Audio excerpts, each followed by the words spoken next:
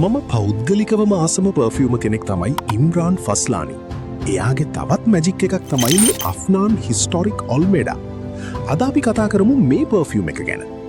මුලින්ම බලන්නකො මේකේ බෝතලේ ඩිසයින් එක නිකන් රෝම යුගයේ කලාකෘතියක් වගේ නේද? ඩ්‍රෙසිං ටේබල් එක උඩින් තිබ්බත් මාරම ලක්ෂරි ලුක් එකක් එන්නේ.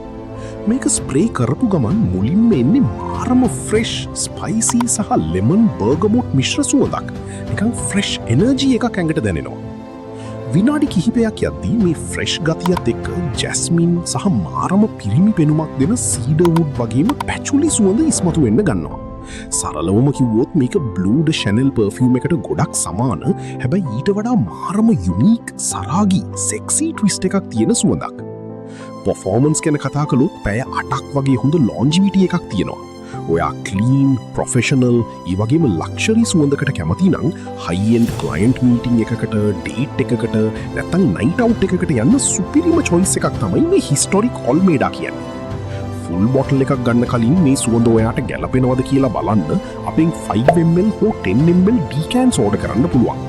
ෆුල් බොටල් එකේ සුවඳම පොඩි ගානකට අත්විඳින්න. දැන්ම අපිට මැසේජ් එකක් දාලා ඔයාගේ ඕඩර් එක වින් කරගන්න.